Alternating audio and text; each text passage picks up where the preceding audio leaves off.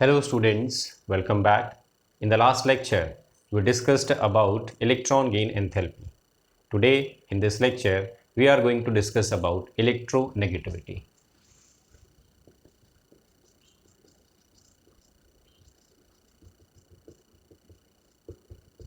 What is electronegativity? पहले तो हम इसकी डेफिनेशन देख लेते हैं. It is a measure of ability of an element to attract the shared pair of electrons of a covalently bonded molecule. तो ये होगी डेफिनेशन. अब इस डेफिनेशन का मतलब क्या है? It is a measure of ability. ये एक एबिलिटी का मेजरमेंट होती है. एबिलिटी का मतलब यहां पर एक पावर से है. तो एक स्पेशल पावर है एलिमेंट्स के पास, उस पावर का मेजरमेंट जो है वो इलेक्ट्रोनेगेटिविटी कहलाती है. और ये पावर क्या है? This is the power to attract the shared pair of electron. तो किसी शेयर्ड पेयर ऑफ इलेक्ट्रॉन को अपनी तरफ अट्रैक्ट करने की पावर है. और इलेक्ट्रॉन्स की शेयरिंग कहां होती है? जहां कोवलेंट बॉन्ड बनता है. तो ऐसे मॉलिक्यूल्स जहां पर इलेक्ट्रॉन्स की शेयरिंग हो रही है, जो कोवलेंट बॉन्ड बना रहे हैं, उस मॉलिक्यूल के अंदर जो element electron shared pair of electron को अपनी तरफ अट्रैक्ट करते हैं, जिस पावर से अट्रैक्ट करते हैं, उस पावर का मेजरमेंट कहलाती है इलेक्ट्रोनेगेटिविटी. अब इस बात को हम समझते हैं यहां पर इस एग्जाम्पल से. एग्जाम्पल लेते हैं HCl के मॉलिक्यूल का. बच्चों, आपने 10th क्लास में पढ़ा था कि HCl का मॉलिक्यूल जो है वो किस तरीके से बनता है. तो हम लीविस डॉट स्ट्रक्चर बनाते थे. हाइड्रोजन के पास एक इलेक्ट्रॉन है, इसको ड्यूप्लेट कंप्लीट करना है, मतलब 2 इलेक्ट्रॉन पूरे करने हैं. क्लोरीन के पास 7 इलेक्ट्रॉन है, इसको ऑक्टेट रूल फॉलो करना है. तो इसको 1 इलेक्ट्रॉन चाहिए और इसको भी 1 इलेक्ट्रॉन चाहिए. तो ये क्या करते हैं? ये अपने इलेक्ट्रॉन्स को शेयर कर लेते हैं और शेयर करके क्या बना लेते हैं? ये बना लेते हैं ये मॉलिक्यूल. तो इस मॉलिक्यूल के अंदर ये जो बॉन्ड बना बिटवीन हाइड्रोजन और क्लोरीन, ये कैसा बॉन्ड है? This is a covalent bond. तो कोवलेंट बॉन्ड कैसे बनते हैं? They are formed due to sharing of electrons. अब ये जो कोवलेंट बॉन्ड है, इसके अंदर क्या देखा गया कि क्लोरीन का एटम जो है ये ज़्यादा पावरफुल है. ज़्यादा पावरफुल है, इस वजह से इसने क्या किया? इस शेयर्ड पेयर ऑफ इलेक्ट्रॉन को अपनी तरफ अट्रैक्ट कर दिया. तो हाइड्रोजन भी अट्रैक्ट कर रहा है, क्लोरीन भी अट्रैक्ट कर रहा है, लेकिन भाई क्लोरीन ज़्यादा ताकतवर था हाइड्रोजन से. इस वजह से क्लोरीन ने इस इलेक्ट्रॉन पेयर को, शेयर्ड पेयर ऑफ इलेक्ट्रॉन को अपनी तरफ क्या कर लिया? पुल कर लिया. तो एक तरीके से आप जो गेम खेलते हो टग ऑफ वॉर, रस्सी खींचने वाला, वो गेम चल रहा है इन 2 एटम्स के बीच में. और क्लोरीन जो है वो ज़्यादा ताकतवर है, इस वजह से इसने इस रस्सी को अपनी तरफ क्या कर लिया? खींच लिया. तो इस वजह से इस हाइड्रोजन की तरफ, हाइड्रोजन का इलेक्ट्रॉन क्लोरीन की तरफ शिफ्ट हो गया. तो इस हाइड्रोजन की तरफ क्या आ जाएगा? डेल्टा पॉजिटिव चार्ज, और क्लोरीन की तरफ आ जाएगा डेल्टा नेगेटिव चार्ज. तो इसी वजह से ये मॉलिक्यूल क्या हो गया? This becomes a polar molecule. तो HCl के अंदर जो पोलैरिटी आई वो इस एबिलिटी की वजह से आई. तो इस एबिलिटी को क्या बोलेंगे हम? इस एबिलिटी को हम बोलेंगे इलेक्ट्रोनेगेटिविटी. क्लोरीन जो है वो हाइड्रोजन से ज्यादा इलेक्ट्रोनेगेटिव है. लेकिन अगर अब मैं आपसे एक सवाल पूछता हूं, सवाल है क्लोरीन गैस का. भाई Cl और Cl आपस में अगर जुड़ जाए तो क्लोरीन जो है इसके पास 7 इलेक्ट्रॉन है, इसको एक इलेक्ट्रॉन की रिक्वायरमेंट है. दूसरा क्लोरीन का एटम है, इसके पास भी 7 इलेक्ट्रॉन है, इसको भी 1 इलेक्ट्रॉन की रिक्वायरमेंट है.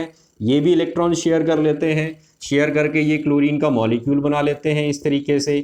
लेकिन क्या अब तुम्हें यहां पर इलेक्ट्रोनेगेटिविटी का असर दिखाई देगा? नहीं दिखाई देगा. क्यों नहीं दिखाई देगा? क्योंकि अब दोनों जो एटम्स हैं वो कैसे हैं? सेम पावर वाले आ गए. तो ऐसे मॉलिक्यूल्स में मुझे इलेक्ट्रोनेगेटिविटी का कोई भी इफेक्ट दिखाई नहीं देता.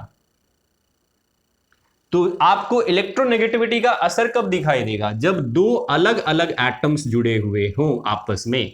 अगर सेम एटम्स जुड़े हुए होंगे तो आपको इलेक्ट्रोनेगेटिविटी का पता ही नहीं चलेगा। ठीक है, तो ये एक कंडीशन याद रखना, यहां पर दो अलग एलिमेंट्स जो हैं उनके एटम्स आपस में जुड़े हुए होंगे। और कैसे जुड़े हुए होंगे? शेयर्ड पेयर ऑफ इलेक्ट्रॉन, मतलब कोवलेंट बॉन्ड से जुड़े हुए होंगे, तो ही हम इलेक्ट्रोनेगेटिविटी स्टडी कर पाएंगे, अदरवाइज नहीं। तो ये तो हो गई इस पावर की बात। अब इसको मेजर भी तो करना है, तो इसको मेजर करने के लिए तीन अलग अलग स्केल्स दिए गए थे। 3 different scales were developed to measure electronegativity.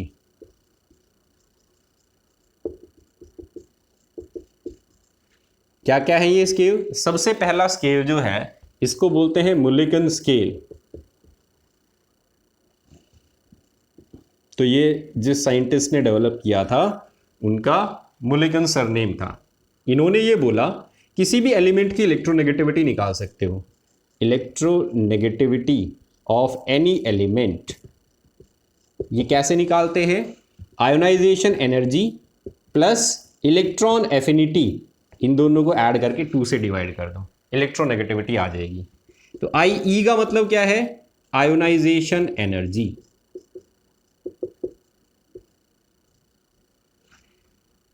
ए का मतलब क्या है? Electron affinity. इलेक्ट्रॉन एफिनिटी का दूसरा नाम क्या होता है? It is called electron gain enthalpy. तो पिछले लेक्चर में पढ़ा था हमने, जब भी कोई एटम उसमें इलेक्ट्रॉन को ऐड किया जाता है तब जो एनर्जी चेंज होता है that is called electron gain enthalpy. तो इसको हम इलेक्ट्रॉन एफिनिटी भी बोलते हैं। तो इन दोनों वैल्यूज को आप इस फॉर्मूला में यूज करोगे, डिवाइड बाय 2 करोगे, तो क्या आ जाएगी तुम्हारे पास? इलेक्ट्रोनेगेटिविटी की वैल्यू आ जाएगी। ये स्केल ज्यादा यूज नहीं की जाती, इस वजह से इस स्केल में क्या क्या वैल्यूज दी गई डिफरेंट डिफरेंट एलिमेंट्स की, वो हम यहां पर नहीं देखते क्योंकि हम यूज नहीं करते। तो इस वजह से मैं यहां पर आपको वो वैल्यूज नहीं बता रहा। बाकी आप इस फॉर्मूले का यूज करके वैल्यूज निकाल सकते हो कि किस एलिमेंट की इलेक्ट्रोनेगेटिविटी की वैल्यू क्या है। दूसरी स्केल जो सबसे ज्यादा यूज की जाती है, this is called polling scale. अब बच्चों पॉलिंग स्केल जो बनाई गई थी, यहां पर जो है वो रिलेटिव इलेक्ट्रोनेगेटिविटी बताई गई थी। तो this method is used to determine relative electronegativity, relative electronegativity of an element. ठीक है, तो जैसे कि हम मान लो दो एटम्स को कंपेयर कर रहे हैं, मुझे इसकी इलेक्ट्रोनेगेटिविटी निकालनी है, तो मैं ए को रेफर करता हूं कि भाई ए के मुकाबले बी की इलेक्ट्रोनेगेटिविटी जो है वो इतनी है, तो इसको बोलेंगे रिलेटिव इलेक्ट्रोनेगेटिविटी। ठीक है, कैसे निकालते हैं? इसके लिए ये फॉर्मूला यूज करते हैं, chi A minus chi B it is equal to 0.101 under root delta E. यहां पर काई ए क्या है?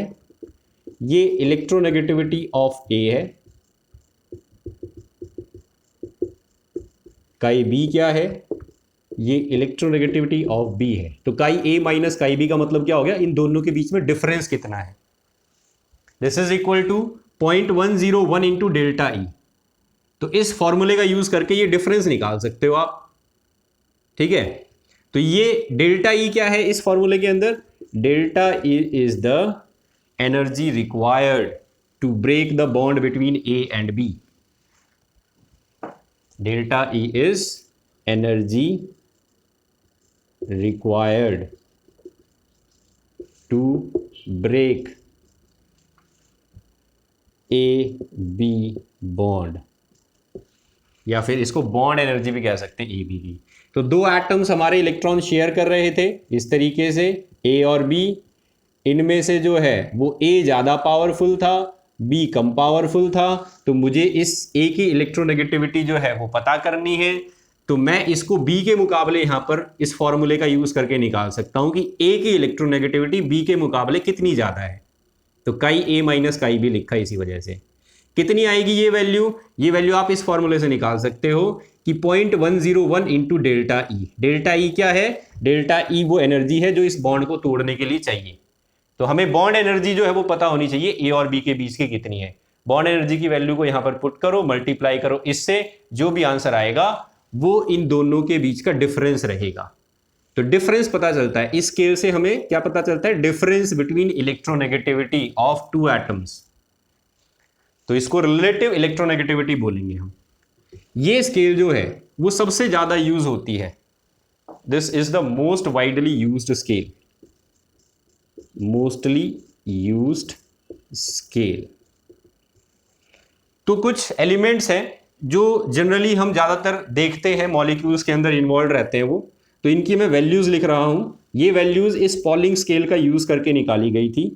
सेकेंड पीरियड के एलिमेंट ज़्यादातर मॉलिक्यूल्स बनाते हैं जिनको हम यूज़ करते हैं, lithium, beryllium, boron, carbon, nitrogen, oxygen and fluorine. तो ये एलिमेंट्स हैं सेकेंड पीरियड के। इसी तरीके से हमारे पास थर्ड पीरियड जो होता है इसके एलिमेंट्स भी होते हैं, sodium, magnesium, aluminium, silicon, phosphorus, sulphur, chlorine. सबसे पहले हम बात करते हैं इसकी इलेक्ट्रोनेगेटिविटी की वैल्यू है 1.0 पॉलिंग स्केल पे जो निकाली गई। इसकी है 1.5, इसकी वैल्यू आती है 2, 2.5, 3, 3.5, 4। तो यहां पर आपको दिखेगा सेकेंड पीरियड में एक कंटिन्यूअस इंक्रीज। तो हर एक एलिमेंट के साथ 0.5 वैल्यू इंक्रीज हो रही है सेकेंड पीरियड में। थर्ड पीरियड में अगर हम देखें तो यहां पर हर एक एलिमेंट के साथ 0.3 का इंक्रीज देखने को मिलता है। इसकी 0.9 है इलेक्ट्रोनेगेटिविटी की वैल्यू, ये 1.2, ये 1.5, ये 1.8, ये 2.1। इसके बाद में सडनली जो है वो यहां पर 0.4 का इंक्रीज हो जाता है 2.5, और यहां पर 0.5 का इंक्रीज हो जाता है, वैल्यू आ जाती है 3। तो ये वैल्यूज जो है इलेक्ट्रोनेगेटिविटी की निकाली गई इस स्केल का यूज करके। अब अगर हम इस वैल्यूज को अगर देखते हैं तो सबसे ज्यादा इलेक्ट्रोनेगेटिव एलिमेंट जो हमें मिलता है पूरी पीरियोडिक टेबल का, दैट इज फ्लोरीन। तो यहां पर मैं आपको 2 पॉइंट जो है वो लिख रहा हूं। Most electronegative element of the periodic table is fluorine. Most electronegative element fluorine.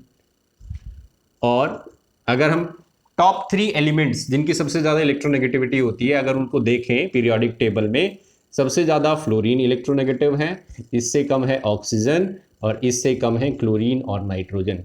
इसकी वैल्यू है 4, इसकी वैल्यू होती है 3.5 और इन दोनों की वैल्यूज़ होती हैं 3।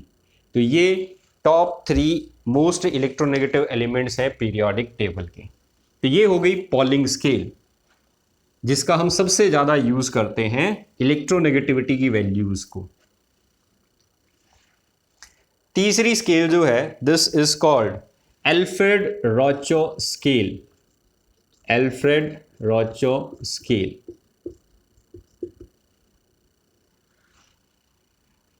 इसको हम जैसे हमने मोलिकन स्केल को यूज नहीं करते ज्यादा, उसी तरीके से इसका भी ज्यादा यूज नहीं होता। यहां पर इलेक्ट्रोनेगेटिविटी की वैल्यू इस तरीके से आप निकाल सकते हो, this is equal to 0.359 multiplied by Z, that is atomic number, divided by R square plus 0.744। तो इस फॉर्मूले का यूज करके आप इलेक्ट्रोनेगेटिविटी की वैल्यू निकाल सकते हो इस स्केल पर। यहां पर Z जो है ये है एटॉमिक नंबर उस एलिमेंट का जिसकी इलेक्ट्रोनेगेटिविटी आप निकाल रहे हो। R जो है ये है distance of the nucleus and the outer most electron. तो एक तरीके से एटॉमिक रेडियाई कह लो इसको।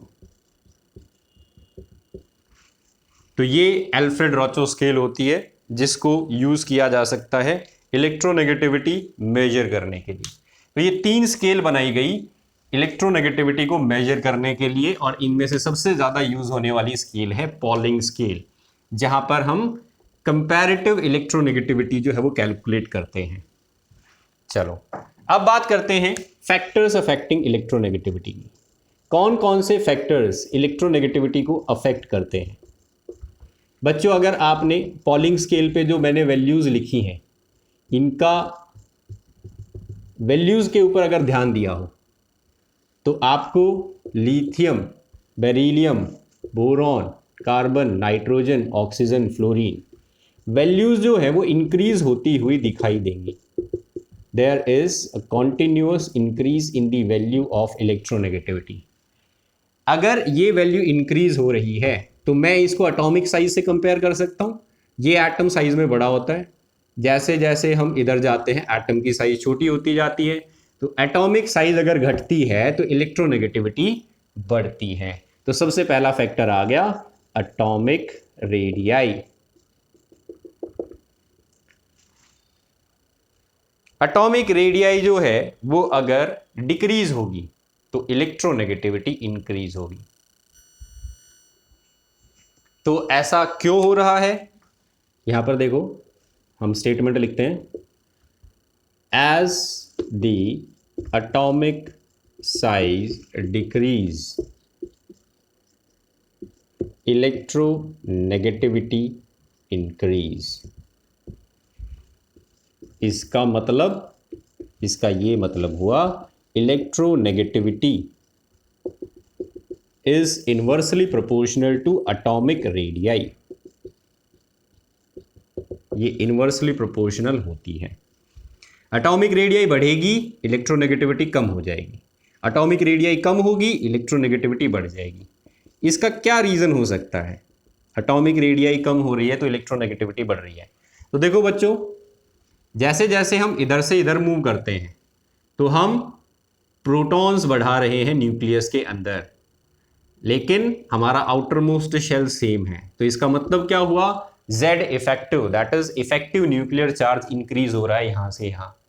इफेक्टिव न्यूक्लियर चार्ज इंक्रीज होगा तो इलेक्ट्रॉन्स के ऊपर फोर्स ऑफ अट्रैक्शन बढ़ता है, और यही कारण था कि फोर्स ऑफ अट्रैक्शन बढ़ा तो एटॉमिक रेडियाई कम हो गई, और फोर्स ऑफ अट्रैक्शन बढ़ा तो इलेक्ट्रॉन्स को अपनी तरफ खींचने की पावर बढ़ गई। पावर बढ़ गई तो इलेक्ट्रोनेगेटिविटी की वैल्यू इंक्रीज हो गई। तो रीजन क्या लिखेंगे कि when the atomic size decrease, then there is an increase in Z effective. As a result, the power to attract electrons towards itself increase. तो इसी वजह से पावर बढ़ जाती है, इफेक्टिव न्यूक्लियर चार्ज बढ़ने की वजह से, और यही कारण था जिसकी वजह से इलेक्ट्रोनेगेटिविटी की वैल्यू इंक्रीज हो गई। चलिए अब देखते हैं एक और फैक्टर, दूसरा फैक्टर। सेकंड फैक्टर जो है वो हम लिख सकते हैं इफेक्टिव न्यूक्लियर चार्ज। तो as the Z effective increase, the force of attraction increase, and hence electronegativity increase.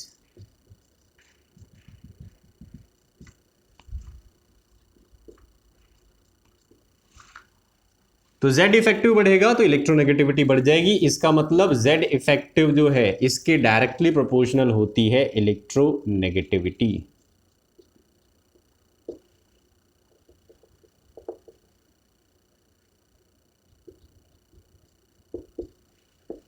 तो ये 2 पॉइंट याद रखना बच्चों, ये फैक्टर्स हैं जो कि इलेक्ट्रोनेगेटिविटी को इफेक्ट करते हैं। चलिए अब हम चलते हैं इन दोनों फैक्टर्स के बेसिस पे। अब हम वेरिएशन बता सकते हैं कि ग्रुप में किस तरीके से वेरिएशन होगा पीरियोडिक टेबल के अंदर, और पीरियड में किस तरीके से होगा। तो देखो, ग्रुप के अंदर मूव करने का मतलब है moving from top to bottom, और टॉप टू बॉटम जब हम जाते हैं तो एटम्स की साइज क्या हो जाती है, इंक्रीज हो जाती है। एटम की साइज अगर इंक्रीज होगी तो अभी हमने पहला फैक्टर बढ़ा था, जितना छोटा एटम होता है उतनी ही इलेक्ट्रोनेगेटिविटी ज्यादा होती है, क्योंकि फोर्स ऑफ अट्रैक्शन ज्यादा होता है। तो यहां पर हम लिख सकते हैं electronegativity decreases down the group. क्यों कम हो गई, because atomic size increase, atomic size increase. तो ये हो गया वेरिएशन इन ग्रुप। पीरियड की अगर बात करें तो पीरियड में क्या होगा, तो अभी आपको मैंने एग्जांपल बताया था, पीरियड में जब हम मूव करते हैं फ्रॉम लेफ्ट टू राइट तो एटम की साइज छोटी होती जाती है। तो एटम की साइज अगर छोटी होगी इसका मतलब इलेक्ट्रोनेगेटिविटी इंक्रीज होगी। तो इलेक्ट्रोनेगेटिविटी इंक्रीज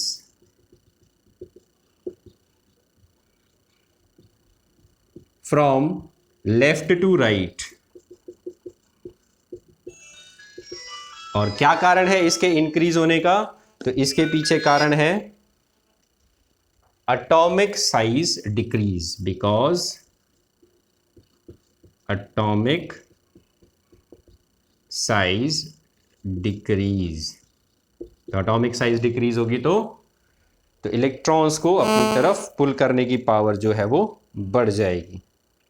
तो ये हो गया वेरिएशन और ये हो गए फैक्टर्स अफेक्टिंग। चलिए अब एक क्वेश्चन जो है वो देख लेते हैं। ये क्वेश्चन जो है वो पूछा जा सकता है। क्वेश्चन दिया गया, arrange the following elements in the increasing order of their electronegativity. In elements को अरेंज करना है इंक्रीजिंग ऑर्डर ऑफ इलेक्ट्रोनेगेटिविटी में।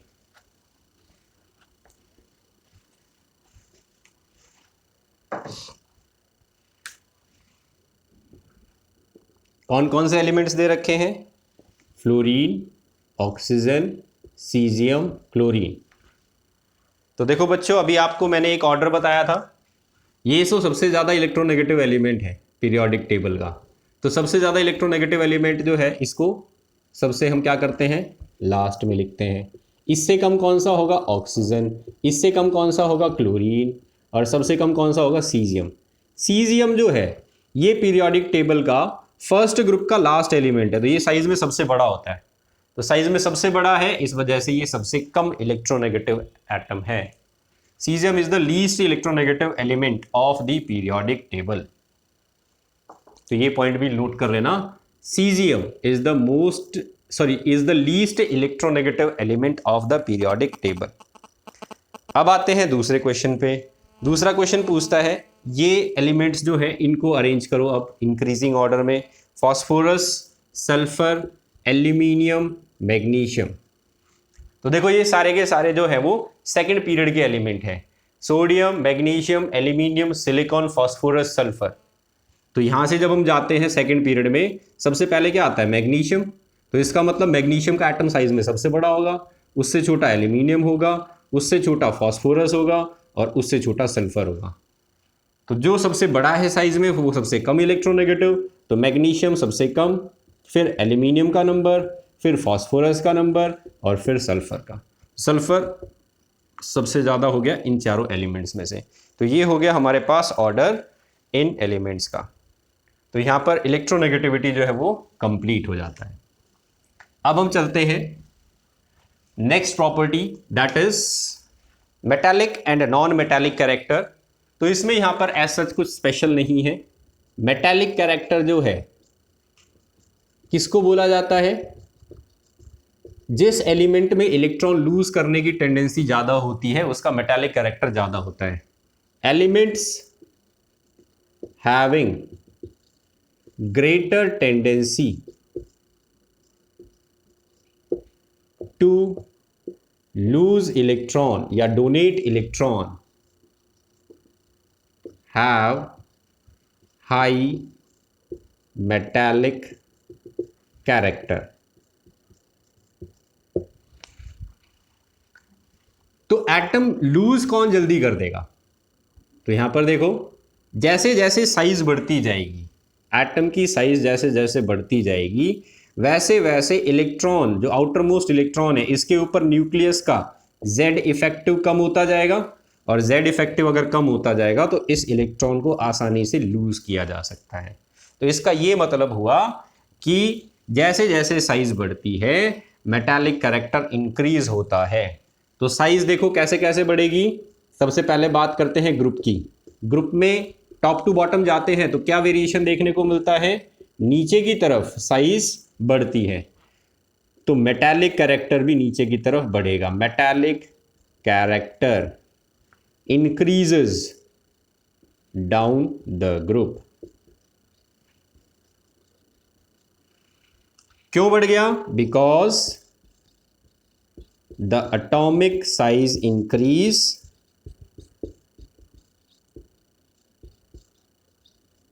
And Z effective decrease.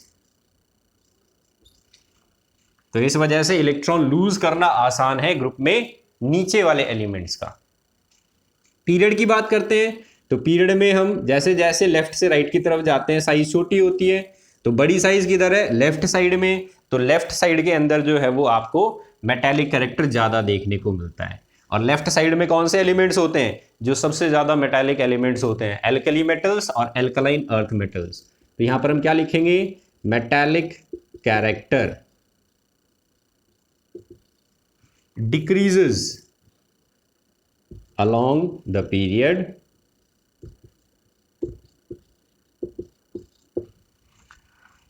because the atomic size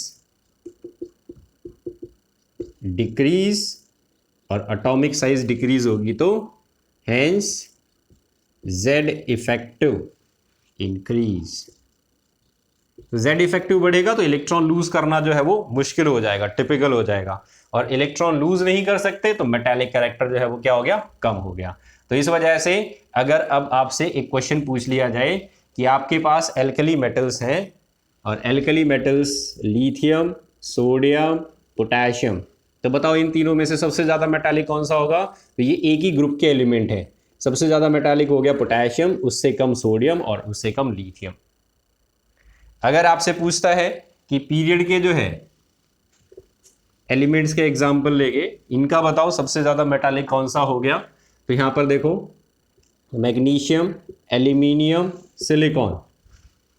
तो मैग्नीशियम जो है वो साइज में बड़ा है तो ये ज्यादा मेटालिक होगा एल्यूमिनियम से, एल्यूमिनियम सिलिकॉन से। तो इस तरीके से अब आप मेटालिक कौन सा एलिमेंट ज्यादा होगा कौन सा कम होगा ये प्रेडिक्ट कर सकते हो बाय यूजिंग दिस प्रॉपर्टी। अब देखते हैं नॉन मेटालिक कैरेक्टर। तो मेटालिक कैरेक्टर का जस्ट उल्टा होता है non metallic character. Metallic character में हमने बोला टेंडेंसी टू लूज इलेक्ट्रॉन, यहां पर आ जाएगा टेंडेंसी टू गेन इलेक्ट्रॉन। तो elements having greater tendency to gain electron they have high non metallic character. ये जोड़ लेंगे इसके अंदर अब हम। तो पीरियोडिक टेबल में सबसे ज्यादा इलेक्ट्रॉन गेन करने की टेंडेंसी किनकी होती है? जिनकी साइज छोटी होती है। तो जो छोटे एटम्स होते हैं जिन एलिमेंट्स के, उनके इलेक्ट्रॉन्स टाइटली बाउंड होते हैं न्यूक्लियस के साथ, और इनका न्यूक्लियस जो है वो आसपास आने वाले इलेक्ट्रॉन्स को भी क्या करता है? इसी वजह से ज्यादा पावरफुली अट्रैक्ट करता है। तो इन एलिमेंट्स में सबसे ज्यादा टेंडेंसी होती है आने वाले इलेक्ट्रॉन को अपनी तरफ अट्रैक्ट करने की, मतलब इलेक्ट्रॉन गेन करने की। तो जितना छोटा एटम उतना ही उसका इफेक्टिव न्यूक्लियर चार्ज ज्यादा, और जिसका इफेक्टिव न्यूक्लियर चार्ज ज्यादा उतना ही उसका नॉन मेटालिक कैरेक्टर ज्यादा। तो दो फैक्टर्स यहां पर भी हमें देखने को मिलते हैं। एटॉमिक साइज, जितना कम एटॉमिक साइज उतना ही ज्यादा नॉन मेटालिक कैरेक्टर। तो 1 एटॉमिक साइज इसके डायरेक्टली प्रोपोर्शनल होगा नॉन मेटालिक कैरेक्टर। ठीक है। और दूसरा फैक्टर है Z effective, effective nuclear charge. जितना ज्यादा इफेक्टिव न्यूक्लियर चार्ज उतना ही ज्यादा नॉन मेटालिक कैरेक्टर। तो ये दो फैक्टर्स हैं जो डिटरमाइन करते हैं नॉन मेटालिक कैरेक्टर किसका ज्यादा होगा। अब इन दोनों फैक्टर्स के बेसिस पे हम ग्रुप और पीरियड का वेरिएशन समझा सकते हैं। ग्रुप में जो है वो एटॉमिक साइज छोटा किधर होता है, ऊपर की तरफ, नीचे की तरफ जो है वो साइज बढ़ता है। तो साइज बढ़ेगा तो नॉन मेटालिक कैरेक्टर कम हो जाएगा। तो यहां पर हम क्या लिख सकते हैं, non metallic character decreases down the group, क्योंकि साइज जो है वो डिक्रीज हो गई और जेड इफेक्टिव बढ़ गया। पीरियड की अगर बात करें तो non metallic character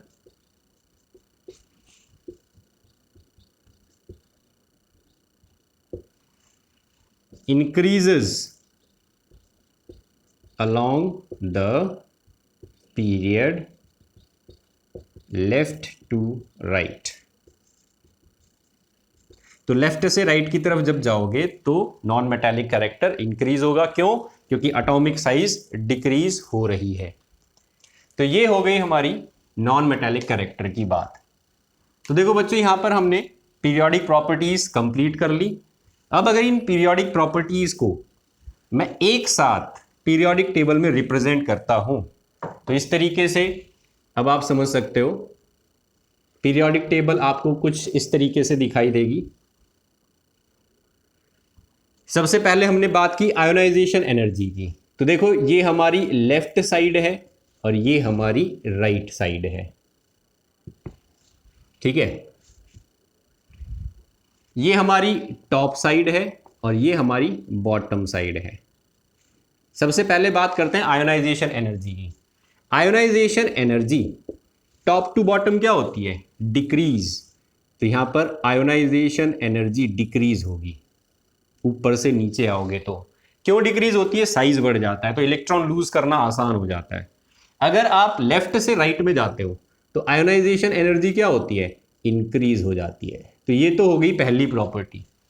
periodic table में यहां वाला एलिमेंट जो है वो इलेक्ट्रॉन आसानी से लूज कर देगा, यहां वाला ज्यादा एनर्जी लेगा। ऊपर वाला एलिमेंट जो है वो ज्यादा एनर्जी लेगा, नीचे वाला एलिमेंट कम एनर्जी सप्लाई रिक्वायर्ड होगी। तो आयोनाइजेशन एनर्जी का वेरिएशन हो गया। दूसरी प्रॉपर्टी हमने पढ़ी थी, क्या थी दूसरी property? This is electron gain enthalpy. तो इलेक्ट्रॉन गेन एंथैल्पी जो है वो किस तरीके से वेरी होती है? अब इलेक्ट्रॉन गेन एंथैल्पी का मतलब होता है अमाउंट ऑफ एनर्जी रिलीज्ड। तो भाई सबसे ज्यादा इलेक्ट्रॉन्स की रिक्वायरमेंट किसको होती है? इधर वाले एलिमेंट्स को। और सबसे कम इलेक्ट्रॉन्स की रिक्वायरमेंट इधर वाले एलिमेंट्स को होती है। तो इलेक्ट्रॉन गेन एंथैल्पी की अगर बात आती है तो ये भी डाउन द ग्रुप जो है वो डिक्रीज होती है। और लेफ्ट टू राइट अगर हम जाते हैं तो इलेक्ट्रॉन गेन एंथैल्पी इंक्रीज होती है। इंक्रीज होने का मतलब है ज्यादा नेगेटिव होना और डिक्रीज होने का मतलब है कम नेगेटिव होना। इसके बाद हमने पढ़ा इलेक्ट्रोनेगेटिविटी। अब इलेक्ट्रोनेगेटिविटी के ऊपर क्या इफेक्ट होगा? तो इलेक्ट्रोनेगेटिविटी हमने देखा, साइज अगर बढ़ता है तो इलेक्ट्रोनेगेटिविटी कम। तो नीचे की तरफ आओगे तो इलेक्ट्रोनेगेटिविटी जो है ये डिक्रीज होगी टॉप टू बॉटम। और अगर इधर से इधर जाओगे तो इलेक्ट्रोनेगेटिविटी इंक्रीज होगी लेफ्ट से राइट की तरफ। इसके बाद में हमने क्या पढ़ा? मेटालिक कैरेक्टर और non metallic character. Metallic and non metallic character. तो भाई मेटालिक कैरेक्टर जो है वो नीचे की तरफ आते हैं तो क्या होता है? इंक्रीज होता है। तो मेटालिक कैरेक्टर नीचे की तरफ आते हैं तो बढ़ता है टॉप टू बॉटम। लेकिन अगर इधर से इधर जाते हैं तो मेटालिक कैरेक्टर डिक्रीज हो जाता है। नॉन मेटालिक कैरेक्टर इधर से इधर बढ़ता है। तो नॉन मेटालिक कैरेक्टर जो है, अगर मेटालिक कैरेक्टर कम हो गया तो नॉन मेटालिक कैरेक्टर बढ़ेगा लेफ्ट से राइट। और यहां पर क्या हो जाएगा? नॉन मेटालिक कैरेक्टर कम हो जाएगा। एक प्रॉपर्टी रह गई, दैट इज एटॉमिक रेडियाई। तो देखो top to bottom atomic radii क्या होती है? इंक्रीज होती है। Atomic radii increase. और लेफ्ट से राइट जाते हैं तो एटॉमिक रेडियाई डिक्रीज होती है। तो ये हो गई हमारी ओवरऑल जो पीरियोडिक प्रॉपर्टीज हमने डिस्कस की इन पीरियोडिक टेबल के अंदर। चलिए अब एक एक्सेप्शन आपको मैं बता देता हूं। एक्सेप्शन क्या है? सेकंड पीरियड के जो एलिमेंट्स होते हैं, ये सेकंड पीरियड के एलिमेंट्स अपने ग्रुप के बाकी मेंबर से कुछ प्रॉपर्टीज अलग शो करते हैं।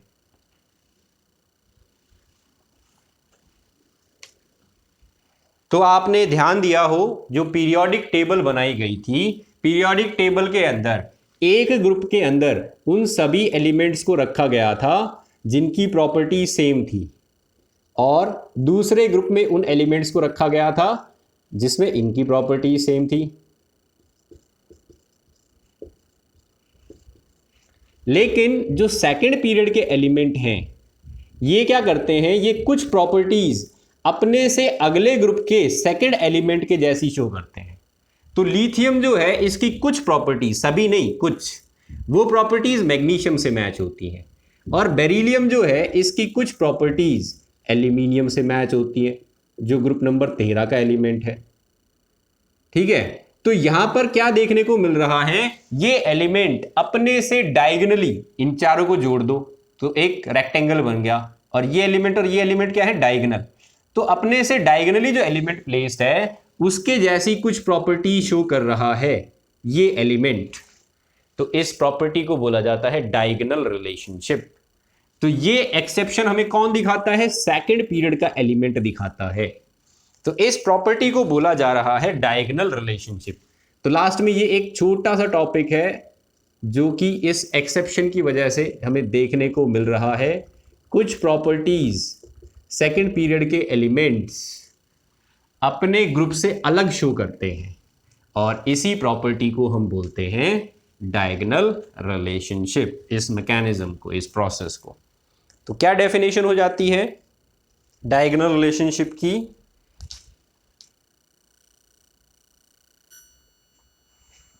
तो इसकी डेफिनेशन लिखते हैं, the elements of second period resemble in some of their properties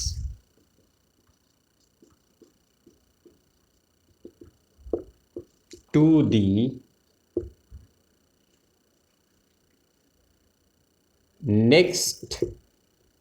the second element of next higher group,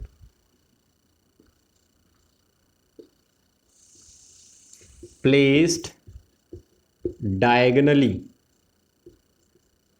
to that element.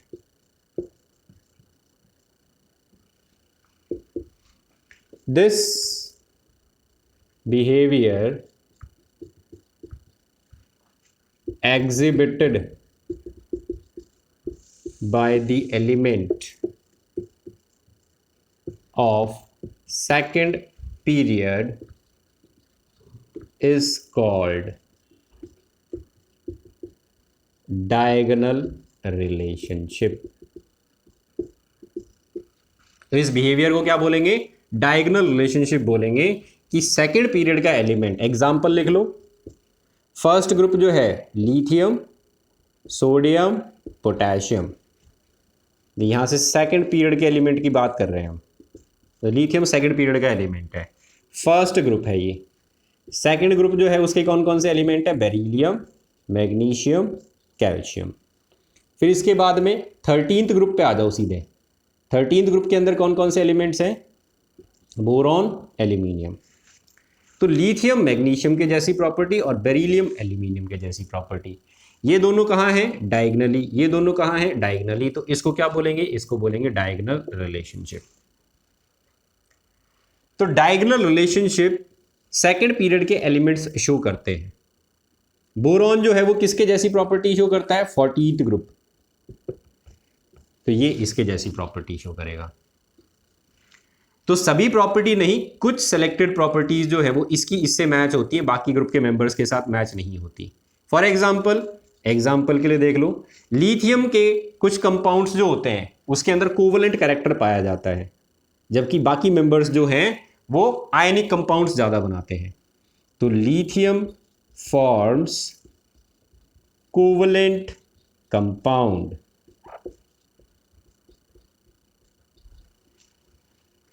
like magnesium, whereas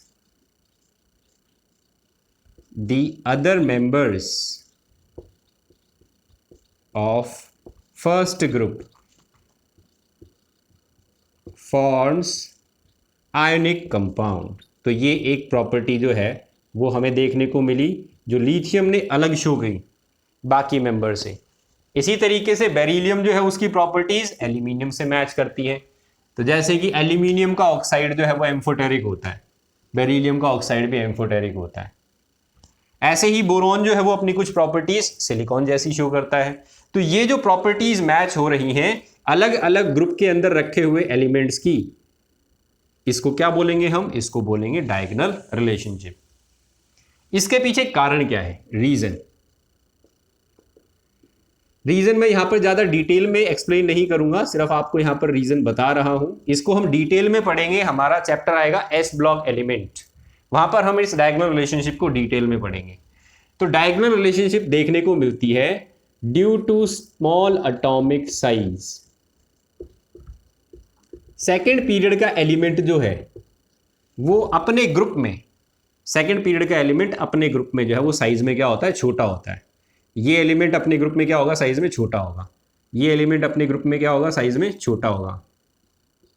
तो एक तो कारण हो गया कि ये छोटे एटम्स होते हैं, तो छोटे एटम्स जो होते हैं उनके अंदर इलेक्ट्रोनेगेटिविटी ज्यादा होती है, और इलेक्ट्रोनेगेटिविटी ज्यादा होती है तो उनके अंदर कोवलेंट कंपाउंड्स बनाने की टेंडेंसी भी बढ़ जाती है। अब आता है दूसरा रीजन। दूसरा रीजन है एब्सेंस ऑफ डी ऑर्बिटल्स।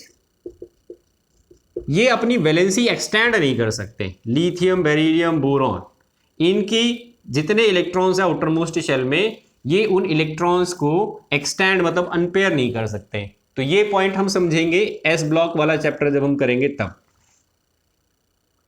तो इनमें खाली, इन एलिमेंट्स में खाली एस और पी सबशेल प्रेजेंट होता है। Only S and P subshell is present, D और एफ नहीं होते।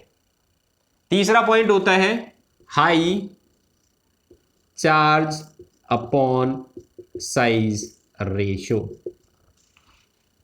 चार्ज अपॉन साइज रेशो ज्यादा होती है, मतलब चार्ज की वैल्यू ज्यादा आती है, साइज की वैल्यू कम रहती है, तो ओवरऑल ये रेशो जो है वो बढ़ जाती है। ये रेशो बढ़ती है तो फिर हमारा जो एटम है उसके अंदर कोवलेंट कंपाउंड्स की फॉर्मेशन की टेंडेंसी बढ़ जाती है और आयनिक कंपाउंड्स की फॉर्मेशन की टेंडेंसी कम हो जाती है। तो ये तीन कारण है जिसकी वजह से डायगोनल रिलेशनशिप देखने को मिलता है इन एलिमेंट्स के अंदर। तो ये बच्चों हो गया हमारा चैप्टर खत्म। अब आप इसकी जो है वो एनसीईआरटी की प्रॉब्लम्स सॉल्व कर लेना, और साथ ही आपको कुछ एडिशनल प्रॉब्लम्स जो है वो भी दी जाएंगी, उनको भी आप सॉल्व कर लेना। That's all.